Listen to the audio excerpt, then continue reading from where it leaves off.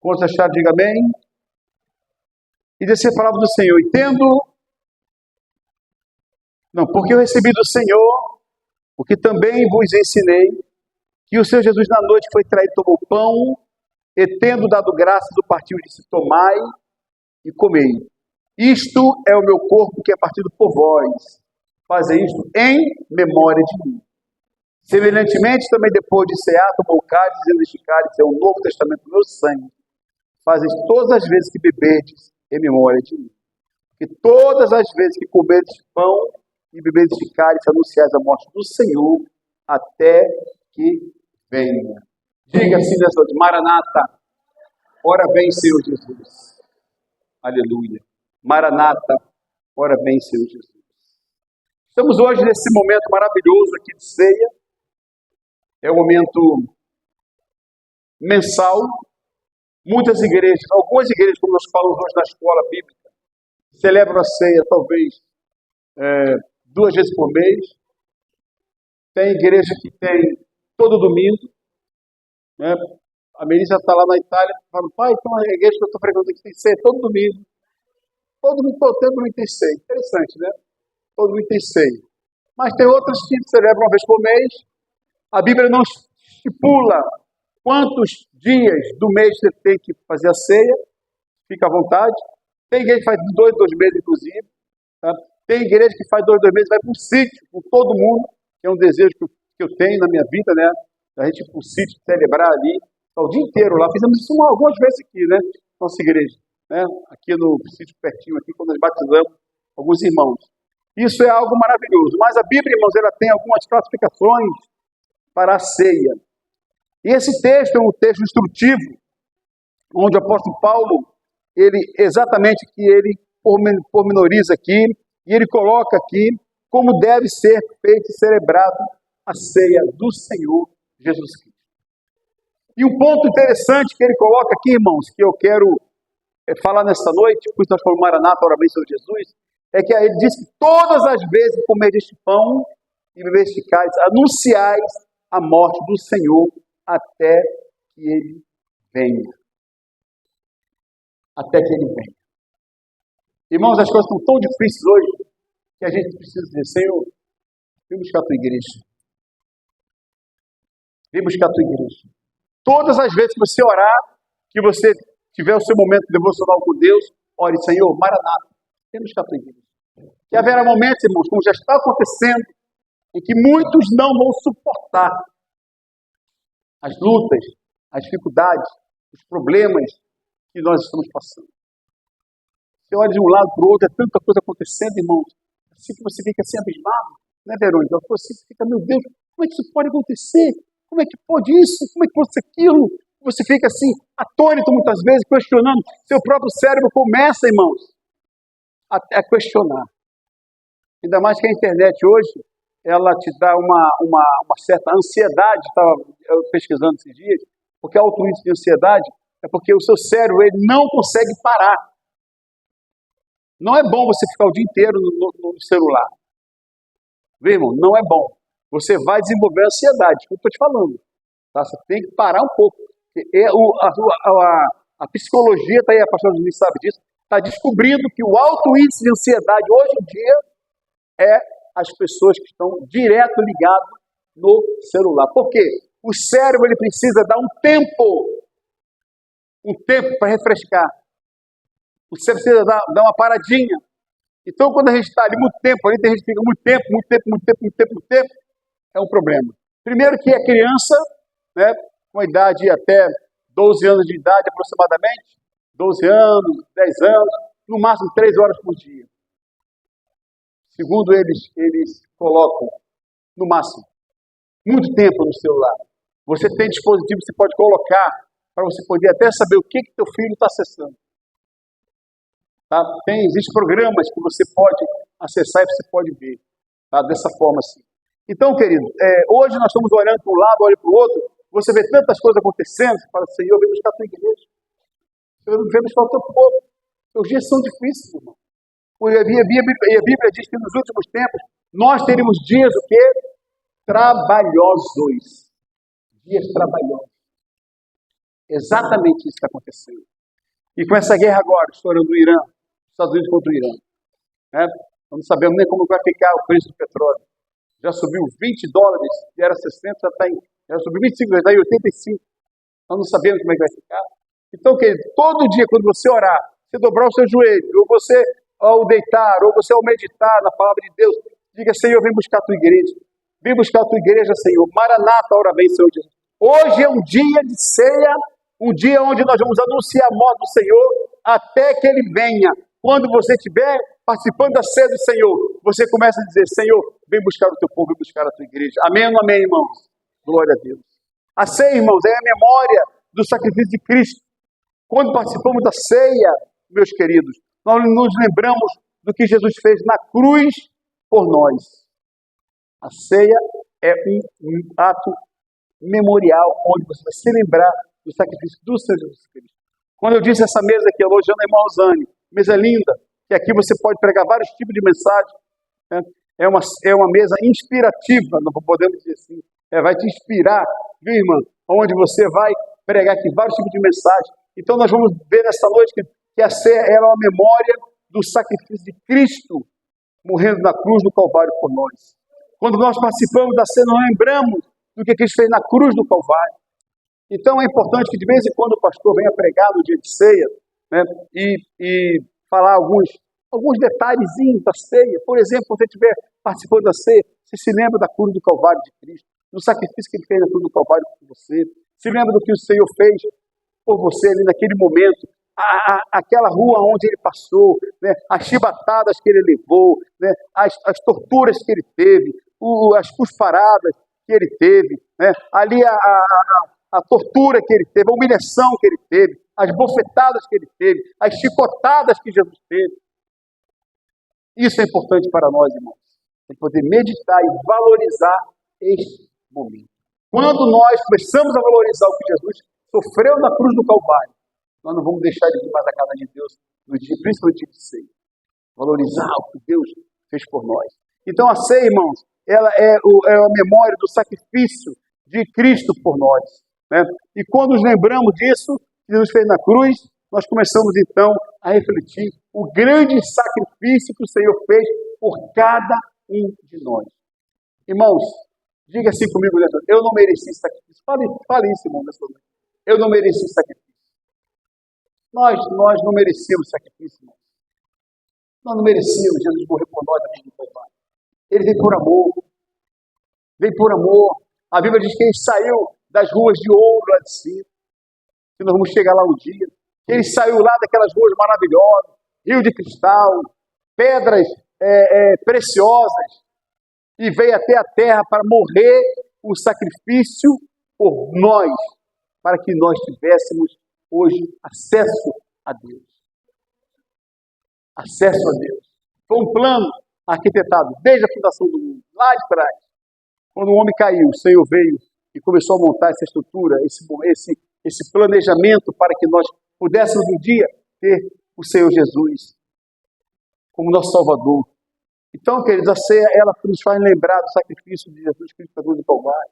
O pão que está aqui nessa noite, né, hoje eu posso pregar uma pregação até mais transparente, até mais real, digamos assim, né? Esse pão que está aqui, irmãos, representa o corpo de Jesus Cristo que foi entregue por nós.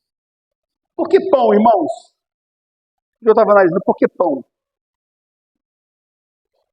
Em todas as sociedades existe o pão.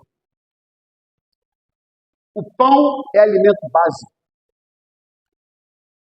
Você vai lá na tribo de índio, lá não tem tribo não, mas tem o aipim, a macaxeira, né? Lá tem o aipim que ele vai moer aquilo lá e fazer um pão de quê? De aipim. Entendeu, irmãos? Vai fazer um pão de aipim. Por que o pão? Porque Jesus é o pão da vida. Todas as sociedades que você chegar, todas as culturas que você chegar, existe o pão lá. É incrível isso. Maravilhoso. Então Jesus, ele é o pão da vida, irmão. Hoje, nessa noite, nós estamos aqui vivenciando um momento onde nós vemos o pão Eu sei que existem várias teorias agora que o trigo não é mais igual ao trigo antigamente, né? Que o trigo é inflamatório, né? Tantas coisas o pessoal fala aí. Vou parar de comer pão. Irmão, ninguém consegue parar de comer pão, é difícil. É difícil. Alguém conseguiu parar de comer pão aqui, irmão? Levanta a mão. Se tiver uma pessoa ou duas, eu duvido. Parou, irmão, de comer pão, irmãos? Com todo inflamatório que o trigo que diz o que o trigo não é mais igual ao trigo de antigamente, né? A semente do trigo não é mais como antigamente. Ninguém consegue parar. Sabe por quê, irmãos? Porque o pão, ele é algo que existe em todas as culturas. Assim como ninguém consegue viver sem Jesus. Ninguém consegue viver sem Cristo. Então a Bíblia diz que Jesus é o que? O pão dele, o corpo dele representa o pão, né? que foi o pão da vida. Representa, no caso ali, que ele foi entregue por nós na cruz do Calvário. Então, amados, em todas as culturas que você andar no mundo todo, existe o pão. Glória a Deus por isso. É básico, alimento básico. Você pode estar vivendo uma situação difícil na sua casa. Meu filho, vai comprar pão na padaria lá. Frita um ovinho, né, pastor Ai? Pronto, já comemos, estamos satisfeitos já. É básico. E é barato. Você compra aí, talvez você compre aí 10 pães por R$4. Está mais ou menos isso por aí, né? R$5 aqui. Ela pede cá, está R$4, está mais barato, né? R$4, né? Tem padaria lá que vende 12 pães por R$4 da perto. Né? Pão bonito, pão fortão, bonitão, cheião, né? Lindo. Né? Então, pão é uma coisa básica. Estou sem dinheiro hoje. Estou sem condições. Mas como um ovinho, vai lá, bota o pãozinho junto lá e come. Pronto, matou a fome. É básico. Por isso que Jesus é comparado ao pão da vida. Pão da vida. Que coisa interessante isso, irmãos. Vamos começar a meditar nisso nesta noite. Por isso que tem pão. Jesus é comparado ao pão da vida. E é interessante que nós vemos isso, que o pão representa o corpo de Cristo que foi entregue por nós. Por que não colocar outro elemento sem ser pão na ceia? Por que, pastor Aires? Não colocaram lá um aipim? Não colocaram lá uma batata doce? Jesus é a batata doce da vida. Por que não colocaram Jesus o aipim da vida? Por que não colocaram Jesus a batata inglesa da vida? Por que não colocaram Jesus a cenoura da vida? Porque esses elementos não são tão essenciais como o pão. Amém ou não amém, irmãos? Glória a Deus. Talvez você não viva sem um pãozinho de manhã cedo, né? Chegar no serviço lá, tem uma lanchonete lá perto, lá no cultivo, condição de comer em casa, faz um pão na chapa aí, bota um pingadinho para mim aí, um cafezinho com leite, vai dar até fome daqui a pouco dos irmãos, né? Daqui a pouco dá até fome. Mas é provocativo você ir lá, gastar na cantina, aí comer um pastelzinho para ajudar as nossas crianças. Não é verdade, irmão? Então, bota um pãozinho na chapa aí, na manteiga, e tal, que eu quero comer esse pão. Por quê, irmão? Porque é algo básico. É algo que nós vivemos e nós não conseguimos, muitas vezes, tirar da nossa alimentação. Como você não consegue tirar Jesus também da sua vida. Amém ou não amém, irmãos? Glória a Deus. Não conseguimos tirar Jesus da nossa vida. Porque Jesus é básico. Jesus é algo básico para nós. O que é básico? É aquilo que é base. É aquilo que nós não podemos viver sem. É aquilo que nós não conseguimos viver sem o nosso Deus, sem o Todo-Poderoso. Eu fico olhando o mundo e falo, como é que esse povo do mundo consegue viver sem ter comunhão com Deus? Você está angustiado, vai lá orar. Você está triste, vai lá orar. Você está passando uma luta, vai orar, o Senhor fala contigo. Está doente, você vai orar, fala com o Senhor. Como é que o povo do mundo pode viver sem algo tão básico como Jesus Cristo, que é o nosso pão da vida? Amém, irmãos? Glória a Deus. E quando nós olhamos essa mesa linda aqui, irmãos, tem o cálice que representa o sangue derramado para perdão dos pecados. O cálice vermelho, sangue escarlate, né? Algo que vem nos purificar, é o sangue de Jesus. Ao ver nos trazer sobre nós, sobre a nossa memória, aquele sangue que foi derramado na cruz do Calvário por nós. Por que o sangue, irmãos? Porque o sangue representa a vida. É um elemento que traz sobre nós a vida. Você olha a vida, você vê vida, vê sangue. É algo que o ser humano não consegue viver sem sangue. Chega período de carnaval, período de ano novo, é uma luta que começa a pedir sangue, sangue, sangue, porque o povo vai passear, o povo não doa sangue. E se você puder doar sangue, doe sangue também. Tá? Tem um hemocentro aqui agora, né? Ali em São Gonçalo, ali do lado do Pronto Socorro. Vai lá, se você puder, tiver condições, faça doação de sangue. Porque o sangue é algo também vital para o ser humano. Nós não conseguimos viver sem sangue. Não tem como viver sem sangue. E a Bíblia diz, querido, que o cálice representa o sangue de Jesus Cristo que foi derramado para perdão dos nossos pecados. Quantos creem que Jesus perdoa os nossos pecados? Que diga amém, irmãos. Aleluia. O Senhor perdoa os nossos pecados. A Bíblia diz que Ele levou sobre si os nossos pecados. E tem aquele hino maravilhoso que fala algo mais que a neve, branco mais do que a neve, puro como a neve. Glória a Deus. E é isso que Deus quer fazer nesta noite, ao entrarmos aqui, eu participar dessa ceia, que você esteja perdoado dos seus pecados através do sangue precioso de Jesus. A ceia nos lembra, querido, que nossa salvação não foi barata, custou o sacrifício do Filho de Deus. A sua salvação não foi barata, custou sangue, custou vida, custou preço. Quantas vezes nós não valorizamos? Quantas vezes nós não estamos ali valorizando a nossa salvação de Jesus Cristo? Pensa todas as vezes antes de você cometer algum delito. Senhor, a sua salvação não foi barata, não. Foi preço de sangue. Foi cruel, foi duro. Para Jesus chegar até aquele local, irmãos, quando a gente vê aquele filme ali, né, que fala sobre a crucificação de Jesus, nós passamos muito aquele filme no nosso encontro, né? Quando você olha ali, irmãos, você vê ali um sofrimento tão grande, uma dor tão grande, uma coroa de espinho horrorosa que foi colocado ali na cabeça dele, o sangue espirrando por tudo quanto é lado. A história conta que era uma das mortes mais terríveis que existia. Porque era uma morte lenta, dolorosa, lenta. A pessoa às vezes levava mais de 6 a 8 horas ali, sendo sacrificado ali, e não morria. O sangue ia todo embora. Tudo ia acontecendo ali. As coisas a pessoa ia morrendo aos poucos ali, como se fosse torturada ali. Uma coisa horrível, além de receber um castigo terrível, antes mesmo de chegar até o Calvário. Ali naquela hora do julgamento, ali já era uma tortura total. Chicotada, escárnio, bufetada, chute, pontapés, né, soco, tanta coisa. Então, irmãos, nós temos que nos lembrar que a nossa salvação não foi barata, custou preço de sangue. A salvação não foi barata. Foi duro, mas o Senhor fez tudo isso por nós. Dias antes de ser crucificado, Jesus estava com os discípulos ali. E ele disse que ele seria crucificado. E Pedro disse, Senhor, por que, Senhor, tu vai ser crucificado? Por que isso vai acontecer contigo, Senhor? Não faz isso não. O inimigo começou a usar a boca de Pedro.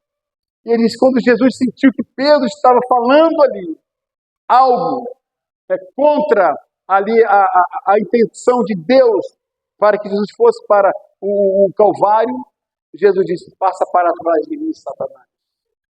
Porque você está querendo frustrar o plano de Deus que Ele programou para toda a humanidade. Mas eu te pergunto nessa noite, será que Jesus queria passar por aquele sacrifício? Será que Jesus queria passar por aquilo? Muitas vezes ele falou, Senhor, retira de mim esse cálice. Passa de mim esse cálice. Passa de mim, Senhor, eu não quero isso, Senhor. Eu vou sofrer muito. Porque ele era humano, irmão. Muitas teologias ali, aí por aí fora, querem dizer que ele não era humano, que ele era Deus, que ele não sofreu nada, que ele estava aí no corpo divino. Mentira, irmão. Jesus, ele estava ali como homem, como qualquer um de nós. Se alguém vier falar para você, não, mentira, Jesus ali ele era um Deus, ele estava ali por ficar espírito, ele não sentia nada. Mentira, é isso que o diabo quer que você acredite, que o Senhor não sofreu nada ali.